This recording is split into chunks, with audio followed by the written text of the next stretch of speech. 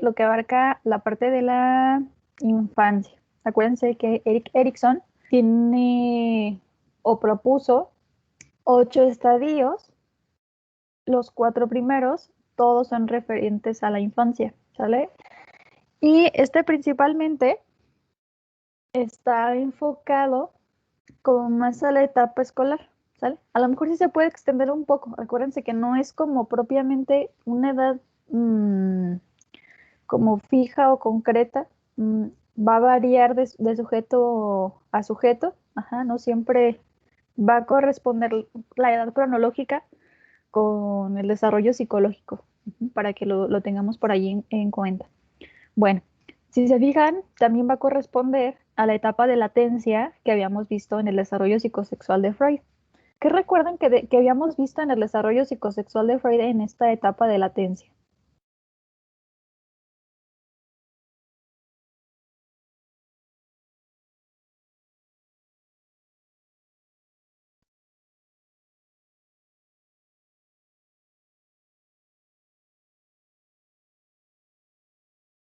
Mm, yo solo recuerdo que, o sea, todos los contenidos sexuales se reprimían.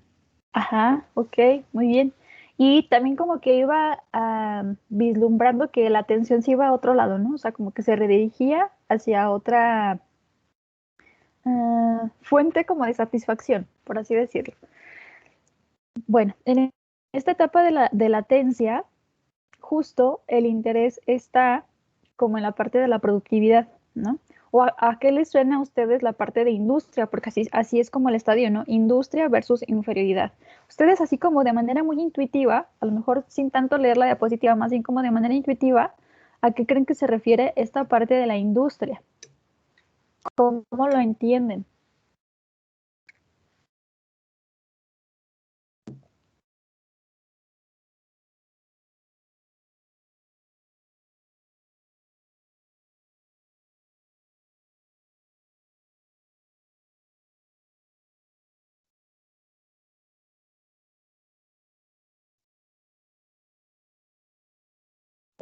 Yo la verdad no encuentro una relación. Como que no, mi cerebro no carbura. Dije, se van a pensar que son como obreros los niños, pensando en la industria. Bueno, la parte de la industria va a estar más relacionada con la parte como de productividad, de las cosas que los niños de edad escolar aprenden a hacer, un poco más relacionada a lo mejor con logros académicos. O sea, por ejemplo, el logro de la lectoescritura, el desarrollar cierta habilidad lógico-matemática, ¿verdad? Complejizándose en cada grado escolar. No sé, el adquirir conocimiento sobre la naturaleza, no sé si también incluso lo han escuchado en niños, suelen de repente como retomar un tema que les gustó mucho y te lo explican. Yo lo he visto un poquito más con niños que tienen por ahí, o sea, que se nota que tienen como una dificultad en otras áreas. Acuérdense que vimos cuando estábamos explicando psicología del desarrollo, que cuando una área está como muy, muy, muy, a lo mejor como estimulada, las demás tienden como a bajar. Nada más recuerdo, por ejemplo, que había niños, pero sí tenían ahí algún tipo de algo como anormal. O sea, por ejemplo, recuerdo un niño que tenía un comportamiento excesivamente fuera de contexto, o sea, no tenía como regulación, no tenía como esta parte, no era como, era como muy obvio que había un retraso en la adquisición de logros de autocontrol según su edad, y lo que más le gustaba al niño era explicar lo de los dinosaurios, o sea, eso le gustaba mucho. Y otro niño que tenía ahí como ciertos como rasgos de autismo, a lo mejor así como algo leve. Le encantaba hablar, por ejemplo, de trenes. O sea, así súper mega fan de los trenes. Pero bueno, en la parte de la industria, veámoslo más así como en la parte del logro, de lo que el niño va reconociendo de sus propias, ¿sale? O sea, pueden ser sí cognitivas, ay no, o sea, a mí me sorprende porque creo que ya en las escuelas les dan programación, entonces hay niños súper hábiles en programación, no manches, eso yo lo vi hasta la universidad. También como muy hábiles en explicarte como ciertos fenómenos. Entonces va como más por ese lado. Bueno, puse esta imagencita de esa película, algunos la recuerdan, otros no la recuerdan, pero me gustaría que compartiéramos de qué se trataba más o menos la película. O sea, cuáles eran como las dinámicas entre estos personajes, cómo se trataban entre hombres y mujeres. De lo que recuerden de la película. Yo soy un montón que no la veo, pero creo que hay cosas así como muy significativas de ella.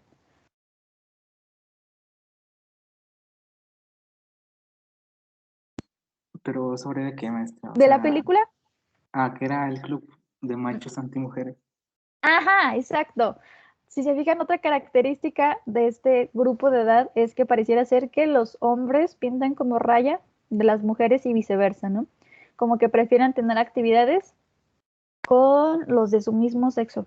O sea, por eso también como que la parte sexual o el interés por el otro no está como muy relevante como en esta etapa. O sea, como que sí se enfocan los intereses a otras cuestiones. Y sí me acuerdo más o menos que el club se llamaba algo así como algo antimujeres, ¿no? El club antimujeres. Donde no había como la apertura a que se pudiera convivir pues con las personas del sexo opuesto, ¿no? Bueno, también por ahí su red empieza como a desplegarse un poco más. Si se fijan, desde la etapa previa, con la entrada como de ese tercero, habría la posibilidad del contacto con pares, pero también acá como que se abre a otro tipo de contactos, ¿no? O sea, a lo mejor el contacto con los profesores se vuelve un poco más estrecho, eh, pues con las personas que a lo mejor laboran en la escuela o con otros tipos de contactos que tiene a través de instituciones o la misma sociedad en general. O sea, como que también se posibilita el contacto con muchas más personas. Su grupo social se vuelve más amplio. Bien. La otra fuerza, ¿no? La que íbamos diciendo como constantemente, la parte contraria. Bueno, la parte contraria a lo que acabamos de ver es como la inferioridad o la inadecuación. O sea, cuando el niño no se siente capaz de poder resolver las tareas que se le ponen. Sobre todo a lo mejor las que tienen que ver más con las cuestiones de aprendizaje, a lo mejor algo que cognitivamente no ha entendido, a lo mejor una parte de matemáticas que no ha logrado como entender, no queda el conocimiento todavía como muy claro. A lo mejor también tiene una falta de capacidad de adecuación en cuanto a que le cuesta mucho seguir las normas sociales y por eso le llaman como que tiene problemas de comportamiento, ¿no? O sea, por ejemplo, quizá el niño es de los que se paran muchísimo en clase y le llaman como frecuentemente la atención. O es un niño que todavía no tiene bien esta parte del control inhibitorio y es el niño que siempre se está saltando los turnos. O el niño que se adelanta, o el niño que a lo mejor no mide sus palabras y ya hirió con sus palabras al compañero, ¿no? O también, ¿no? O sea, justamente como por este tipo de comportamientos, no realizar adecuadamente la tarea escolar, se retrasa, entonces eso lo hace sentir como ineficaz, ¿no? Como carente de esta habilidad, como inferior a los demás compañeros. Y ojo, o sea, obviamente hay niños que sí son muy hábiles cognitivamente y de hecho justamente por eso terminan a lo mejor los trabajos muy rápido o como son tan sencillos para ellos por su nivel de desarrollo, no les llama la atención hacerlo y prefieren tener otro tipo de comportamientos como ir a ver al compañero o los que se salen del salón o los que se agarran platicando con los demás. Entonces no precisamente tiene que ver con que cognitivamente el niño no esté bien, sino que no logra, a pesar de que pueda entender la actividad, no logra modelar su comportamiento o el impulso por hacer lo que quiere inmediatamente y no pues, suele pasar, ¿no? O sea, preferimos a lo mejor la recompensa inmediata en lugar de la demorada. A ver, ¿qué quiero decir con esto? No sé, o sea, en este contexto quizá el niño prefiere hablar con su compañerito que terminar el trabajo y posteriormente hablar, ¿no? Que esa sería la recompensa demorada. ¿Por qué? Porque así no se le califican el trabajo y ya están, o sea, no va a haber problema, quizá porque esté hablando. Pero por el otro, o sea, si prefiere primero la satisfacción inmediata, como puede ser esta parte de socializar, y posteriormente la actividad, pues sí va a tener como alguna llamada de atención de parte de la profesora o del profesor, o de quien sea en ese espacio como la figura de autoridad, ¿no? Yo también suele ser como muy común la comparación. Cuando son niños como muy disruptivos que no logran a lo mejor cumplir con las reglas, suelen ser a los que la verdad casi no los invitan a jugar. Y luego como no los invitan a jugar, son los que suelen molestar más porque no los invitan a jugar. Entonces se vuelve como un círculo vicioso ahí con esos niños. Bueno, el valor o como lo que se puede adquirir cuando se resuelve de manera satisfactoria este estadio tiene que ver con la competencia.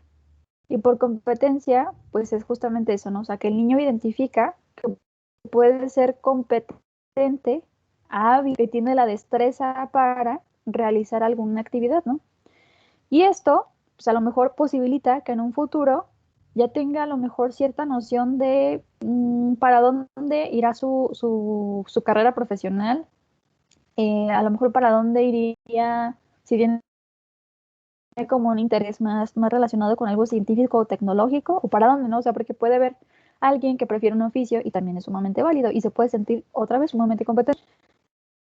Bueno, recuerden también cada estadio pareciera ser que termina con una frase que integramos en nuestro yo. Entonces, en este sentido, la frase de este estadio sería: yo soy el que puedo aprender para realizar un trabajo. O sea, como que ahí van adquiriendo ya ciertas nociones. Incluso si se fijan, más o menos cuántas horas están en la escuela, ¿recuerdan? Bueno, también hay dos escuelas, ¿no? Las que son como de tiempo completo y pues las que son menos horas. Pero aproximadamente, ¿o alguien tiene por ahí el dato?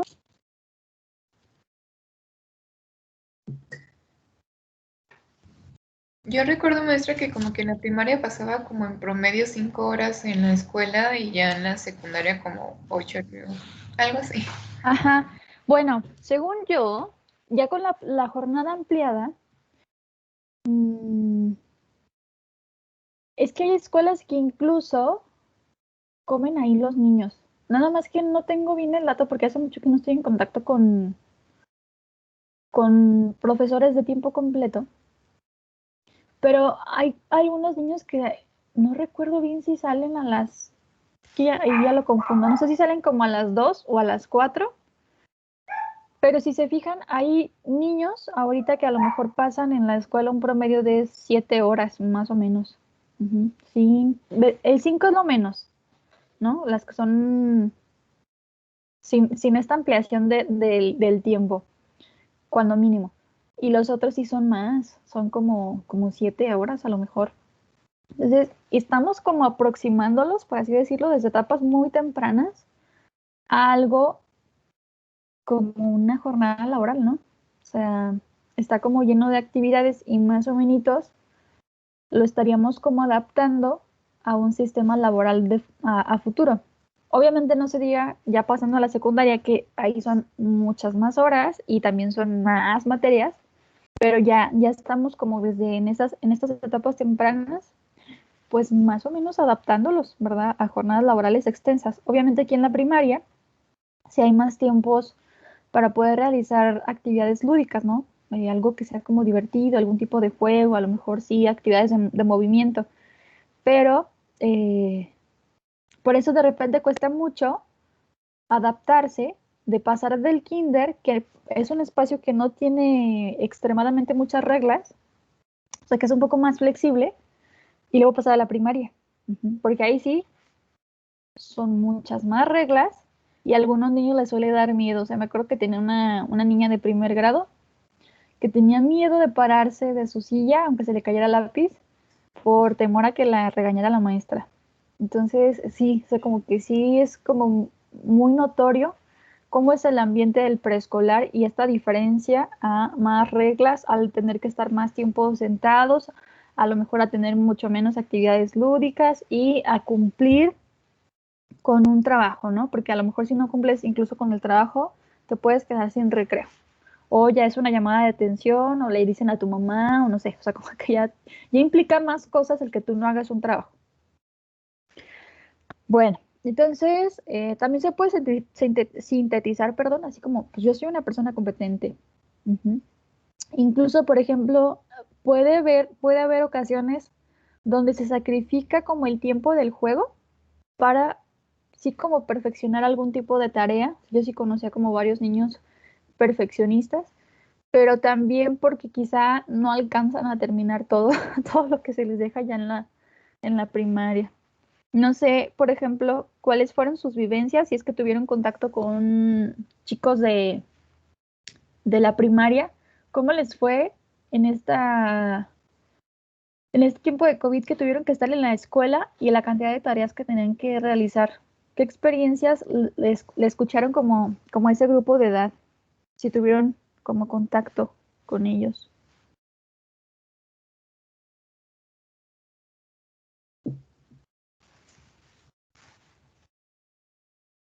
¿Nadie? ¿Nadie Se tuvo refiere a primitos? los de... Ah, se refiere como a los de la secundaria y los de la primaria. Los de la primaria, principalmente. Ujú. Ahorita que estamos Ah, hablando de esta. en la primaria yo tengo sobrinos, y era un caos porque querían hacer la tarea que les dejaban, pero no entendían cómo hacerla porque los profesores, pues nada más estaban en línea y no sabían cómo comunicarse. Sí. ¿Alguien más que haya tenido como esta experiencia con niños de estas edades? A lo mejor no propiamente como apoyándoles con la tarea, pero sí que hayan, o sea, cómo fue que, que pudieron notar que estuvieron viviendo esta etapa de vivir en la escuela desde la casa.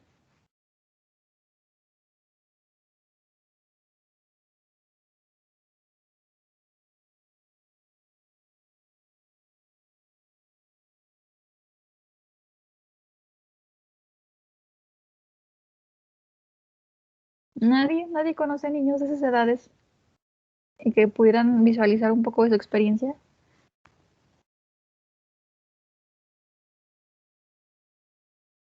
Bueno, por ejemplo, acá donde trabajaba, se notó mucho que los niños se volvieron como muy ansiosos y muchos de ellos, o sea, era un poco complicado entender cuál era la petición de la tarea, o sea, como que no lograban entender qué se les pedía y tampoco los papás. Y pasaban todo el día haciendo la tarea. O sea, muchos decían literal todo el día haciendo la tarea. Entonces sí se volvió como una situación muy frustrante y yo sí puedo notar, por ejemplo, que en algunos niños bajaba como su sentido de competencia, o sea, no podían resolver las tareas. Y era como muy frustrante hacer eso. Y pues no se diga también el no sentirte competente y luego que tus papás te estén diciendo que no eres un competente, o sea, por ejemplo, es que eres un tonto, es que no pones atención, es que no haces las cosas bien, es que tú no te concentras, es que tú no pones atención. Entonces sí fue como muy frustrante para muchos niños. Yo sí lo pude notar. Y también yo vi que muchos se volvieron como ansiosos para volver a tener contacto social. Bueno, siguiente estadio, que como íbamos diciendo, ya va a corresponder un poco más a la etapa de los adultos. Sí retoma como el acercamiento más a los adultos, la adolescencia. Bueno, la adolescencia va a ser este estadio de la identidad versus la confusión de roles. Ujú. Y es una etapa que va aproximadamente de los 12 a los 20 años. Nada más aquí yo sí, bueno, yo quisiera agregar que cada vez como que es más notorio que la etapa de la adolescencia se prolonga más. O sea, puede haber personas en universidad que pareciera como tener más comportamientos de un adolescente, o sea, no de adulto joven. Entonces, para que notemos que de verdad solo son referentes las edades. Sí, sí es común, pues, notar comportamientos de adolescentes, aún en personas, pues, más de veintitantos años, ¿no? Bueno, acá se va a corresponder con la etapa genital, ¿sale? Que propuso Freud.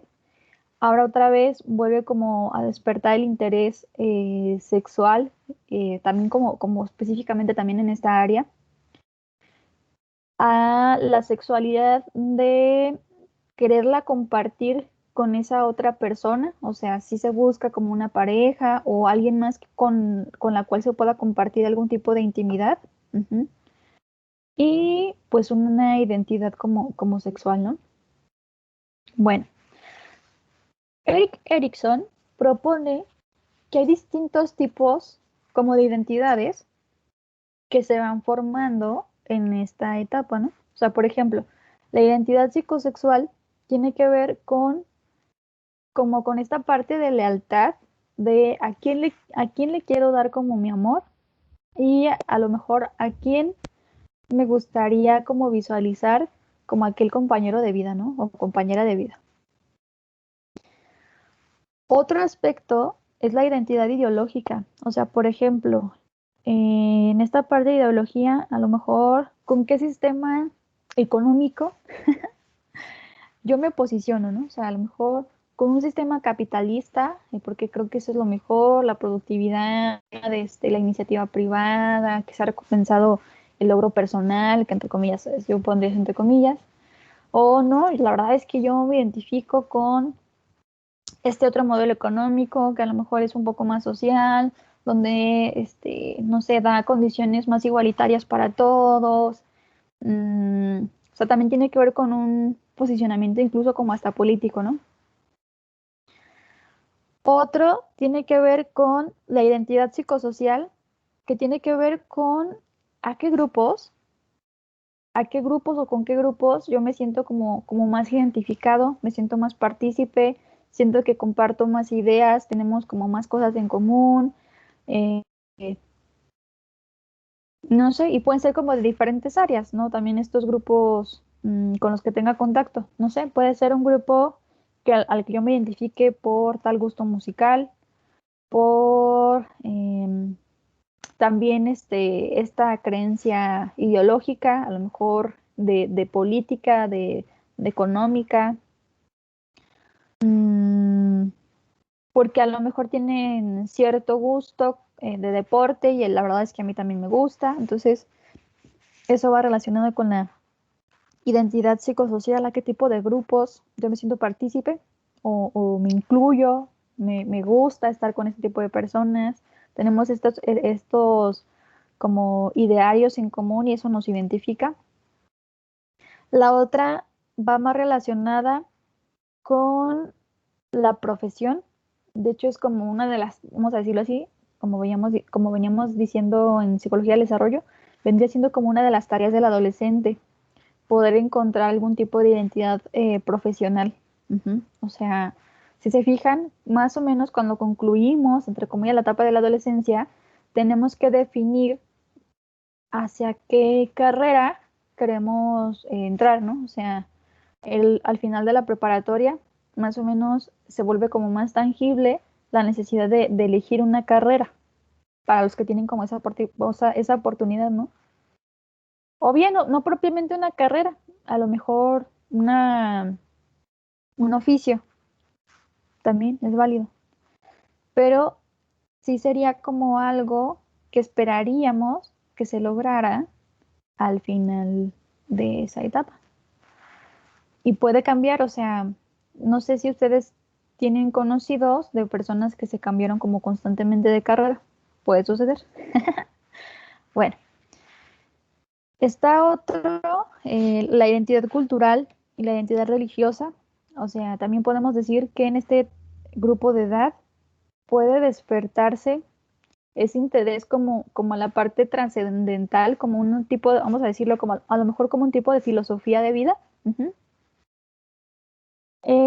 Puede ser con cierta identidad o identificarse con cierto grupo que venera a cierta deidad. Y va como más o menos por este estilo, ¿no?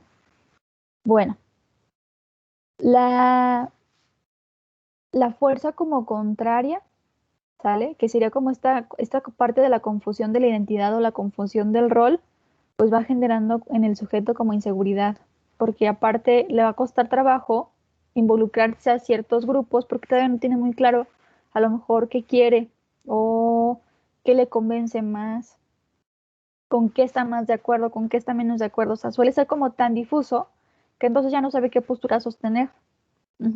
Si se fijan también cuando adoptamos como cierta identidad, incluimos ciertas cosas, pero excluimos ciertas cosas de nosotros, ¿no? O sea, yo me identifico con tal cosa, pero no con la otra. Entonces sí se necesita el optar por algo y rechazar o el otro o alguna otra. No en cuanto a discriminar, no, pero sí para que tenga sentido lo que voy diciendo. Como una coherencia, vamos a decirlo así. Entonces, cuando no está esto, se puede generar la sensación como de inseguridad, de incertidumbre, no tenerlo claro. A lo mejor también por eso es como el cambio constante de las carreras, o que de repente esté con un grupo y, o sea, como que de manera muy rápida abandone el grupo y por otro grupo que pareciera ser como que prácticamente todo lo contrario, ¿no? Bueno, el valor que se adquiere cuando se resuelve de manera satisfactoria este estadio tiene que ver con la fidelidad, ¿sale? Y tiene que ver también mucho con esta fidelidad al tipo de identidad que fui conformando. Ajá.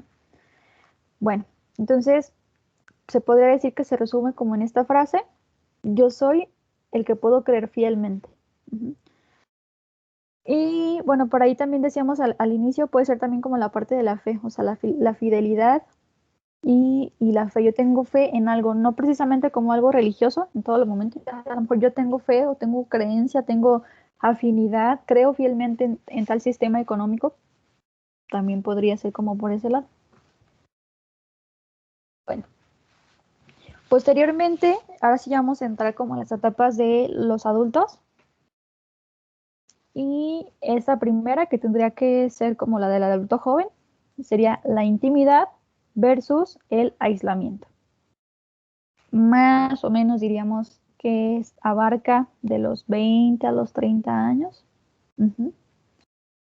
Y la parte de la intimidad está como más relacionada con confiar en esa persona a lo mejor que eliges o que quieres como probar para saber si puede ser como tu compañero de vida. Y va a ser como a lo mejor esa persona con la que sí compartas, no sé, o sea, como esta parte del amor, pero también le puedas compartir qué pasa contigo en el trabajo. La intimidad también se desplaza no solo como a este tipo de relación con tu pareja, sino pues con tus compañeros, o sea, esta capacidad de hablar de cosas más personales, de tener estos lazos con los otros y ser fiel a esos lazos. Por ejemplo, si trabajas como para una compañía y te toca saber algo importante, pues no revelas el secreto como de la compañía, ¿no? O sea, eres fiel, al igual que a tus amigos, o sea, cuando suelen contarte algo significativo, pues cosas, obviamente también refiere como a la pareja, ¿no? Con esos, no sé, con esos criterios, esos establecimientos que pusieron ahí como normas de la pareja, pues también se cumplen. No nada más hablamos pues de que no haya como infidelidad, sino que se respetaron como los acuerdos que habían puesto en un inicio, ¿no? O que fueron formando a lo largo como de la relación hasta ese momento. En ese sentido, pues se pueden sacrificar algunos elementos personales, ¿sale? Para cumplir con los compromisos que hice con las demás personas, que puede ser con mi área de trabajo, que puede ser con mi pareja, puede ser con mis amigos, no sé, como con los grupos a donde yo hice como este lazo, ajá, este vínculo. Bueno, ¿qué pasa cuando no, o cuál es la fuerza contraria? Pues estaría como la parte del aislamiento y es cuando notamos pues que no le pareciera ser que no gusta estar con alguien más, que pareciera ser que vela por sus propios intereses, que le gusta más estar como de forma individual, em, pues sí, que no retoma como los intereses de los otros y a lo mejor hasta puede utilizar como de manera instrumental a la otra persona para satisfacer sus propias necesidades, ¿no? O sea, tanto físicas como económicas, como lo que sea, o sea, no interesa mucho el otro. Bueno, lo que se puede lograr o lo que se adquiere más bien cuando se supera de manera satisfactoria esta etapa es el amor, ¿sale? Y bueno, la parte del amor está como más relacionada en tanto que puedes hablar de unos otros, o sea, como que la expresión del yo, ¿se acuerdan de las otras que estuvimos hablando de yo soy competente, de yo soy capaz, de yo soy la esperanza de tener y de dar? O sea, si se fijan, se va transformando para un nosotros. Ujú. Nosotros somos los que amamos. Entonces, se renuncia pues a solo pensar de forma individual. No es que se deje de lado, ¿sale? Pero se amplía la mirada para buscar esos vínculos, esos nexos, esos lazos y buscar ese objetivo en común, que puede ser en la pareja, que puede ser en el trabajo, que puede ser con el grupo de amigos, que puede ser con la sociedad en general. Ujú. Entonces, como por esta fuerza del amor, ajá, se es capaz de pensar más allá de sí mismo. ¿Sale? Bueno, hasta aquí algún comentario. Ya hemos visto 3 etapas. ¿Comentarios, dudas?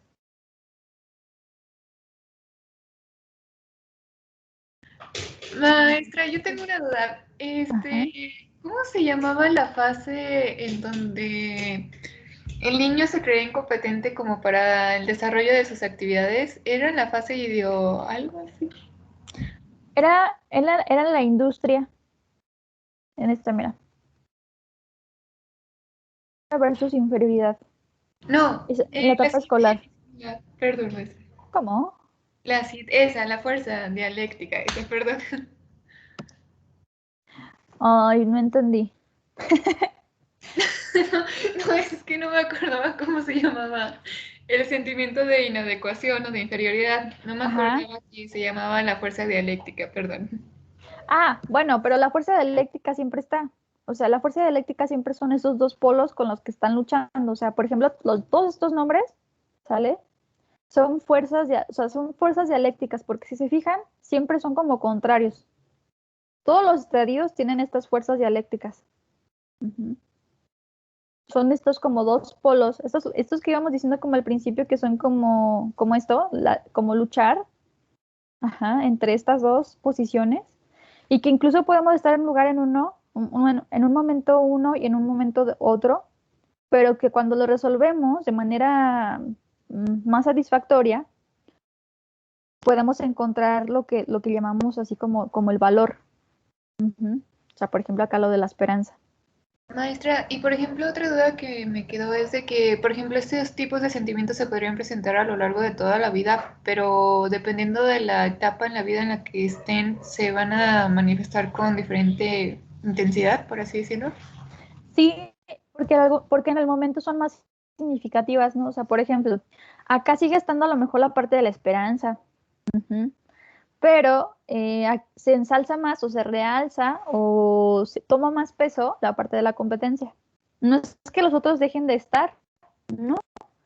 Pero vamos, si lo pensáramos a lo mejor ahorita, yo lo vi así, como de manera de videojuego, en cada nivel vamos adquiriendo otras cosas, ¿no? No sé, supongo que Ay, es que casi no juego, pero como la parte de los videojuegos, a lo mejor primero es ganar una estrella y en el segundo ganar un hongo y en el tercero ganar un diamante, no sé. O sea, todos son necesarios, todos son complementarios, pero hay en el estadio como que hay un valor específico porque es el que corresponde a lo que se está luchando, ¿no? O sea, están estas dos fuerzas ahí luchando durante todo el estadio y al final se obtiene esto. No sé si soy clara. Sí, maestra, muchas gracias, ya me quedó ¿Vale? más claro. Bien, entonces como para que no, o sea, no me interesa pues que se aprendan como los términos tal cual, sino que más bien comprendan a qué se refiere. Porque en todos están como estas dos fuerzas dialécticas que están luchando continuamente para después concluir en lo que se espera que sea el valor, ¿no? O sea, se esperaría que adquiriera el valor, pero no todos lo van a adquirir. Acuérdense que no todos lo resuelven de manera satisfactoria, entonces no se adquiere. Y eso va dejando como huequitos o deudas para los siguientes estadios. Como que no está el pleno desarrollo, por así decirlo. ¿Ok? Bueno, entonces, pasamos al siguiente. Bueno, acá está el estadio de la generatividad versus el estancamiento y va a corresponder al adulto maduro. Aquí me duele que diga que a los 30. Todavía no tengo 30, pero o sea, obviamente en la época de Erik Erikson, muy probablemente ya estaban ahí, ¿no? Porque muchas de las personas de esas edades ya tenían un superpuesto de trabajo, ya tenían una familia con varios hijos.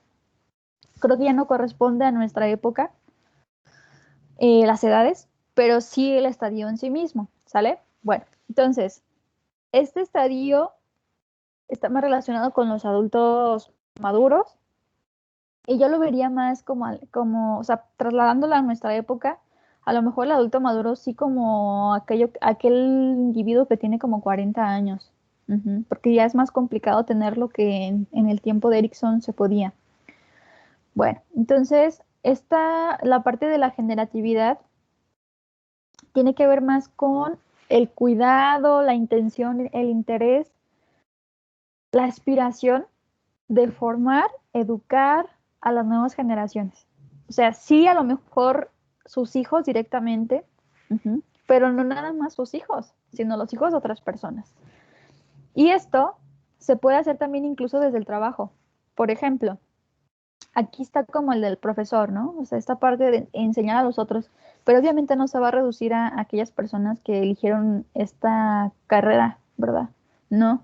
O sea, pensemos a lo mejor en una empresa, o sea, a lo mejor el que es el gerente está muy interesado en que todos los empleados conozcan la filosofía de la empresa, que se sientan parte de ella, dar ciertas capacitaciones para que logren comprender, no sé, cierto proceso. No nada más pensemos en profesionistas, o sea, cualquier persona. O sea, por ejemplo, pensándolo nada más en el hecho de,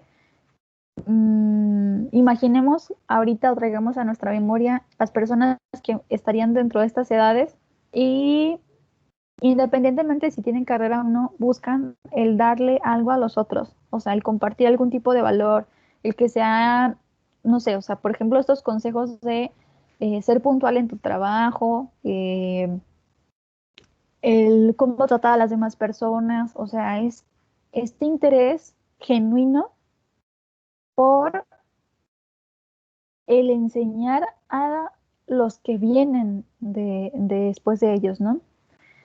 Insisto, no nada más está como limitado a la parte de la paternidad o maternidad, incluso como que se abre el horizonte, ya cuando a lo mejor los niños dejan de ser como muy chiquititos y pueden ser un poco más autónomos, el interés va a estar sobre el desarrollar incluso como algún tipo de tecnología o el dejar a la humanidad algo.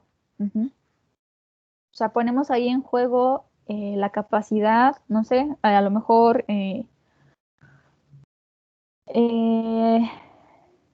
no sé, o sea, pensemos, a lo mejor una mamá que quiere dejar su legado de cocina a las demás generaciones y lo pone por escrito, todas sus recetas. O aquel científico, ¿no? Que está poniendo como las cartas sobre la mesa para desarrollar tal medicamento o para perfeccionar algún tipo de técnica o para tener como algún avance tecnológico. Ujú. Con el fin de verdad de que las nuevas generaciones vivan mejor que ellos. Bueno, entonces, en este sentido, se despliega o se despierta este valor, ajá, que tiene que ver más con el cuidado y el celo. El celo en el sentido de justamente eso. Estamos celosos de que las nuevas generaciones sean cuidadas y sean cuidadas por nosotros. Ujú. Reciban lo mejor que se pueda. Entonces, sí es como la donación de sí mismo para el bien de la humanidad. Ujú. Y pues la frase como integradora podría ser eso, ¿no? Yo soy el que cuido y celo. Ujú. Gustaría, por favor, que alguien leyera esa diapositiva.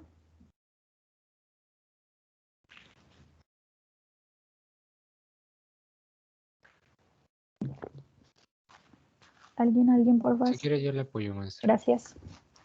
El estancamiento representa una regresión psicosocial y la necesidad obsesiva de pseudo-intimidad, acompañada de sentimientos de infecundidad personal y social, sentimiento percibido en la incapacidad de generar, de producir y de criar. El rechazo es un sentimiento de aislamiento y alejamiento de los otros. Puede percibir las personas, los grupos, las culturas, naciones y la misma humanidad como una amenaza para ellos, el que puede conducir a las personas, los grupos y las naciones a que se odien y se destruyan mutuamente. Cuando el rechazo social es inhibido, se puede volver contra la propia persona como autorrechazo. Ujú. Si se fijan, aquí se expresa como claramente una dificultad en las etapas anteriores, ¿no? O sea, justamente también con la anterior, o sea, esta parte de el aislamiento, el rechazo a los demás, pareciera ser que también tiene una incapacidad de percibir cuáles son sus propias capacidades, que lo veíamos que se da en la escuela, ¿no? O sea, como en la etapa primaria, donde es capaz de identificar cuáles son sus competencias. Y aquí se ve como de manera un poco más tangible, más clara, cuál sería la consecuencia de que no se resuelva de manera satisfactoria alguno de los estadios, ¿no? O sea, no sentirse competente, a lo mejor tampoco saber para dónde va, ajá, el no identificarse con ciertos grupos, la dificultad para tener esos lazos y preferir a lo mejor estar solo, o sea, como el aislamiento, pues, el rechazo para los demás. Y como dice, o sea, puede ser rechazo a las personas, ¿verdad? Pero también para sí mismo. Se rechaza a sí mismo porque no tiene la capacidad de integrar elementos favorables, que es como casi terminan todas las etapas. Bueno, nada más nos queda una etapa, pero ya nos terminó el tiempo. Entonces la terminamos el siguiente, ¿cómo se llama? El siguiente jueves. Ajá. Y pues iniciamos otro tema ya. Bueno, entonces espero que hayan ya realizado su registro de asistencia y hasta el jueves. Gracias, maestra. Gracias, maestra. Nos veremos. Gracias, maestra. Gracias.